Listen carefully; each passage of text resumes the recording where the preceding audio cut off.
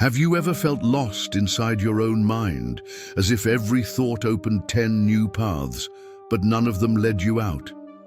Maybe no one has told you this yet, but consciousness is a labyrinth, deep, dark, and quietly alive. And the more we try to escape, the deeper we sink into its invisible corridors. Ignoring this labyrinth only makes the pain quieter and more corrosive. Now is the time to stop, look inward, and truly understand what's happening. Today, you'll learn how to recognize the signs that your mind has built a labyrinth, and even more importantly, how to transform that chaotic place into a source of strength and creation. Each chapter will take you deeper into yourself, until you can see what most people never dare to face. If you stay until the end, you'll learn how your pain, your fear, and your confusion can be used to build something extraordinary. Don't leave now. Your consciousness is calling.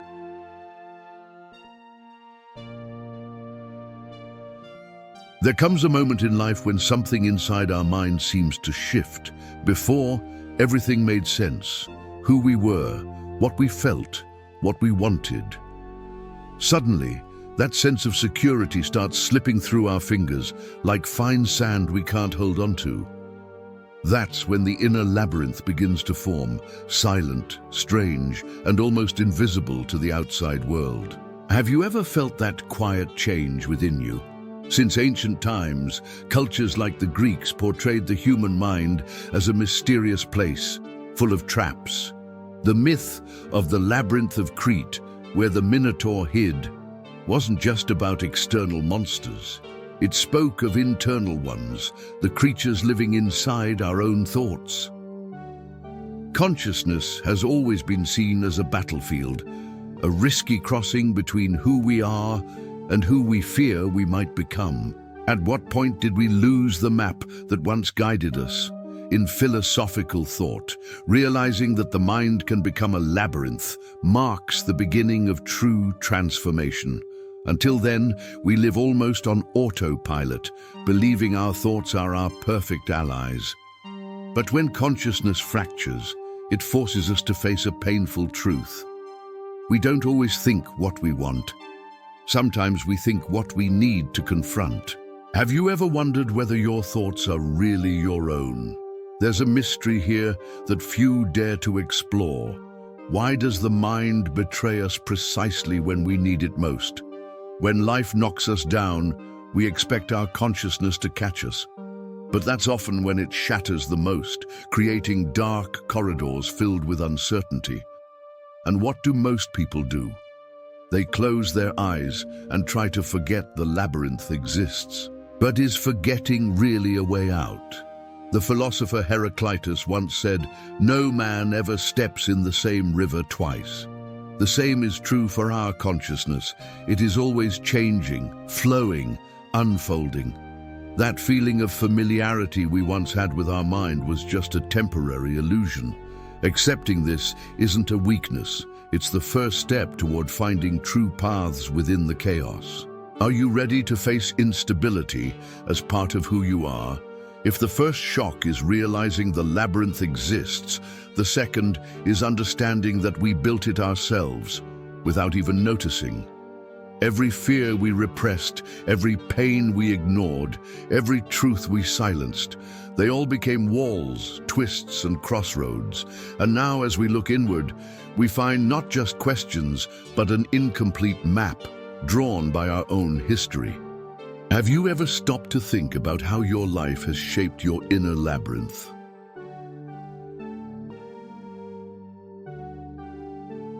The first real encounter with the inner labyrinth is rarely epic. It's silent, strange, and uncomfortable. Suddenly, everything that once seemed clear becomes tangled. Emotions blur, thoughts twist into mazes, and a hollow feeling grows in the chest. This moment often comes with anxiety, sleeplessness, and the unsettling question, what's happening to me? Have you ever felt that strange sense of disconnection from yourself? It's as if our mind, which once felt like a safe and well-lit home, had all its lights switched off at once. Now, fumbling in the dark, we try to find the furniture, the pathways, the familiar shelters again. But they're no longer where we left them. That feeling of losing control is universal, even though most people hide it. Can you remember a time when everything felt familiar and then suddenly turned into foreign ground? Most people make the same mistake. They try to run from this feeling by diving into distractions, addictions, or denial. If I ignore it, maybe everything will go back to normal, they think. But the labyrinth doesn't disappear. It only grows thicker. Every rushed step just creates more dead ends. Have you noticed how sometimes, the more you try to ignore your feelings, the bigger and closer they seem to get? Søren Kierkegaard, the father of existentialism, once said, "The greatest danger, that which threatens our existence, is the loss of self." When we dive into the inner labyrinth, we're not just struggling to find a way out. We're fighting not to lose ourselves entirely. It's a silent duel, where there are no heroes or villains, only us and our shadows. Have you ever felt at war with your own mind? The decisive moment comes when we stop running and start listening. Listening to the emptiness, the fear, the confusion, without judging them, without rushing to fix them. This is the first true step to crossing the labyrinth, accepting that it exists and that, as uncomfortable as it may be, it is part of us. Have you ever had the courage to simply stop and listen to what your heart was trying to say? However, this kind of listening doesn't bring immediate answers. On the contrary, it deepens the mystery. Because when we look inward with honesty, we discover that the labyrinth isn't a mistake of the mind. It is the mind. So what then? How do we walk through a territory where every step reveals more questions than answers? That's the question we'll start exploring in the next chapter. Shall we continue?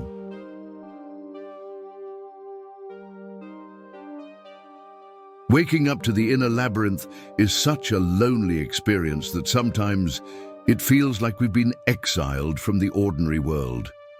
Almost overnight, talking about simple things, work, school, distractions, loses its meaning. We feel disconnected from others and even from ourselves. It's not ordinary sadness.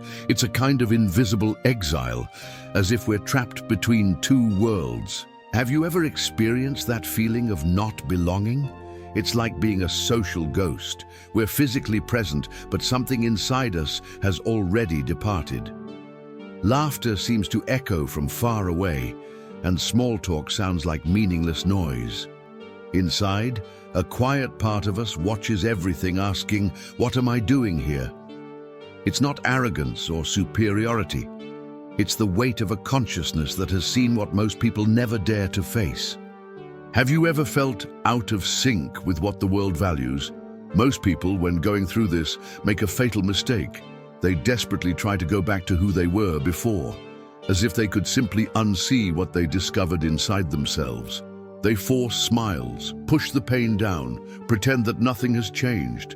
But the truth is, once you've seen the labyrinth, you can never be the same again. Have you ever tried to go back to who you used to be, only to realize it was impossible?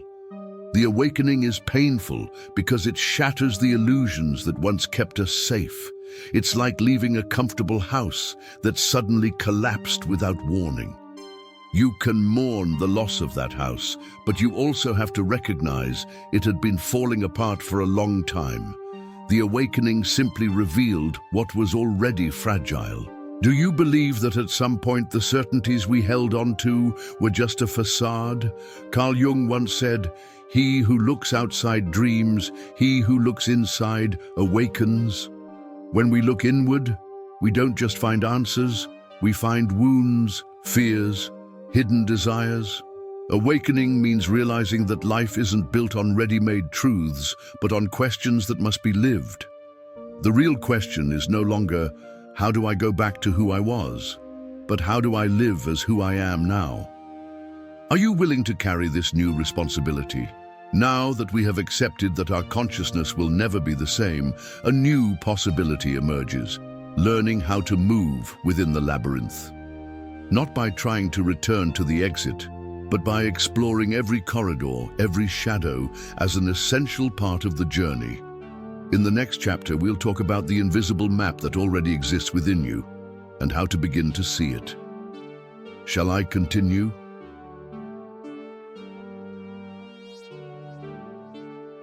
Upon awakening inside the labyrinth of our own mind, an inevitable question arises. How do we navigate this unfamiliar territory? The answer is unsettling. There is a map, but it's invisible.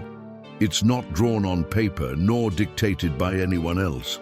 This map is hidden within the patterns we repeat, the fears we avoid, and the dreams we silence. Have you ever tried to interpret the hidden signs of your own story?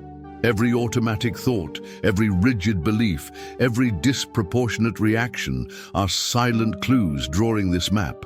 We don't realize it, but every choice we make, or avoid making, strengthens certain trails within the labyrinth. It's these trails that keep us walking in circles, reliving the same pains. Most people get lost because they move through life without noticing their own footprints. Have you ever felt trapped in endless cycles you couldn't explain? The mystery is that to read this invisible map, you must slow down and observe.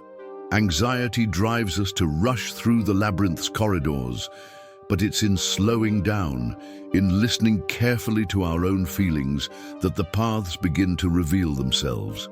Many avoid this process because seeing your own map demands courage.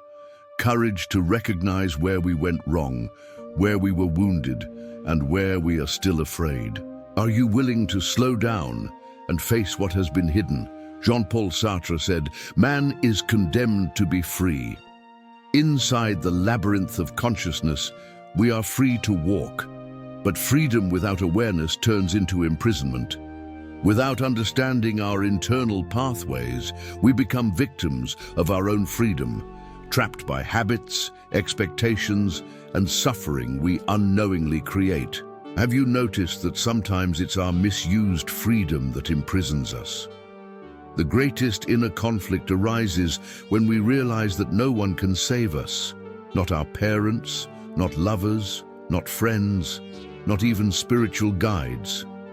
The only one who can find and redraw the map is you. There is no manual, no formula. There is only the intimate and brutally honest journey of getting lost and finding yourself over and over again. Would you accept this radical responsibility for your own existence?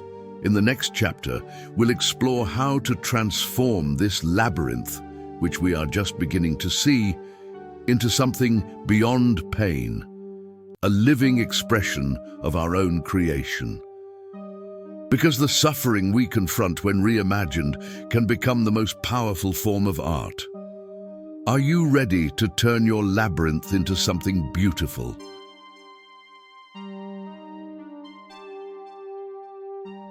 When we finally accept the labyrinth as part of who we are, a new and powerful possibility emerges, transforming pain into creation.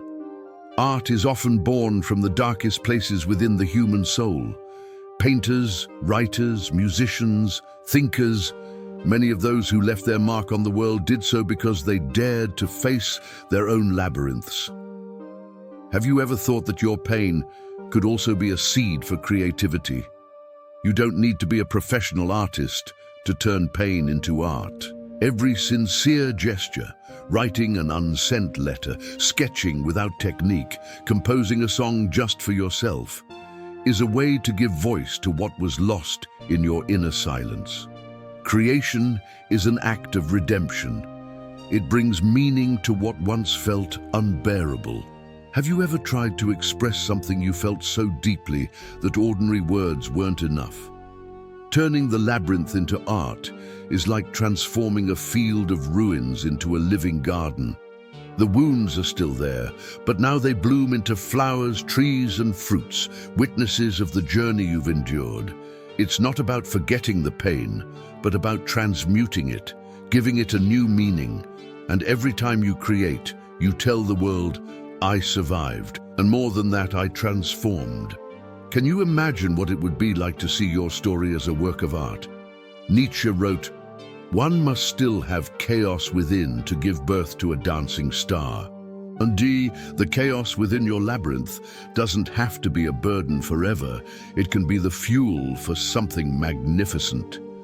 Every feeling that now seems overwhelming can become raw material for something that inspires, heals, and lights the way for others who, like you, are also lost. Have you ever considered that your pain could become a light for someone else? The beauty of creation is that it doesn't demand perfection. It demands authenticity. Within the inner labyrinth, there are no judges, only silent witnesses to the courage it takes to create even while broken. Each time you transform a piece of your suffering into expression, you gain power over it. And in doing so, you rebuild parts of yourself. Have you ever felt the power of creating something that no one else but you could bring into existence? Now that we know we can transform the labyrinth into art, there is one final secret: realizing that the labyrinth is not something we must defeat, but something we must embrace. In the next chapter, we'll talk about radical acceptance, the great turning point that can change your relationship with your consciousness forever. Shall I continue?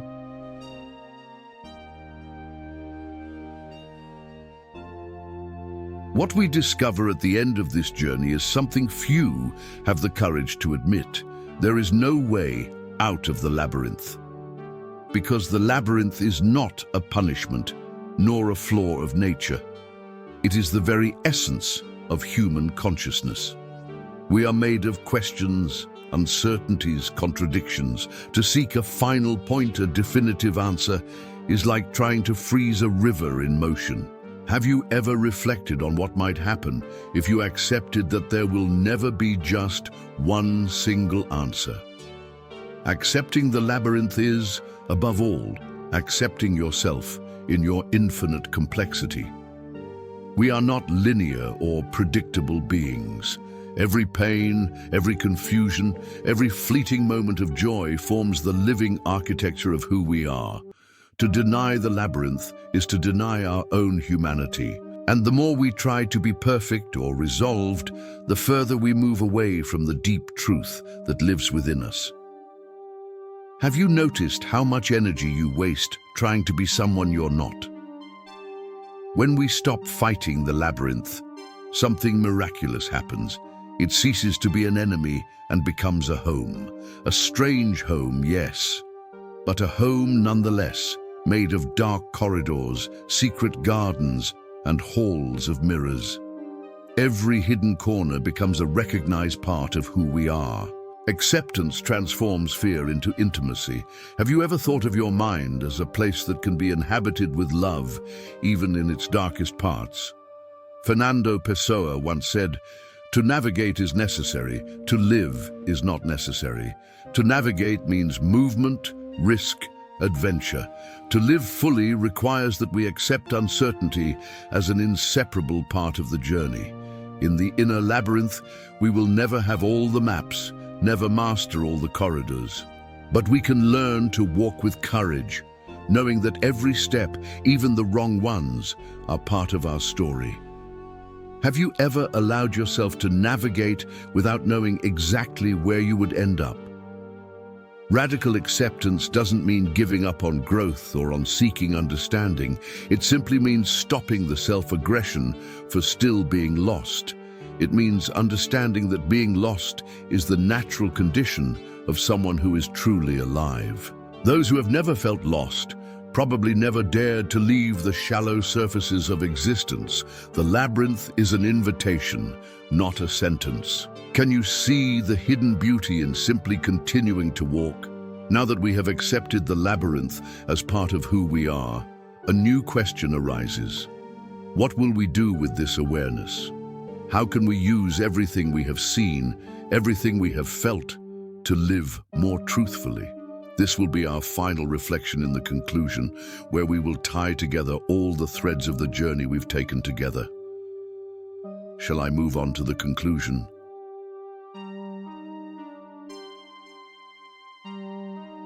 Today, you walked with me through the invisible corridors of the mind. You felt the discomfort, the confusion, and in the midst of the chaos, you found something precious. The realization that the labyrinth is not the enemy, but the very substance we are made of. Understanding this doesn't make life easier, it makes life more real, and it's in this raw, imperfect reality that we find the freedom to be who we truly are. What once seemed like pure pain revealed itself as a source of creation. What once felt like loneliness became a path to authenticity. You no longer have to fight to escape the labyrinth. You were made to live in it, to transform it, to bloom within it. If this message touched your heart in any way, I invite you to leave a comment saying, "I accept my labyrinth." Like this video, share it with someone who needs to hear this. And subscribe, because the journey of self-discovery is only just beginning.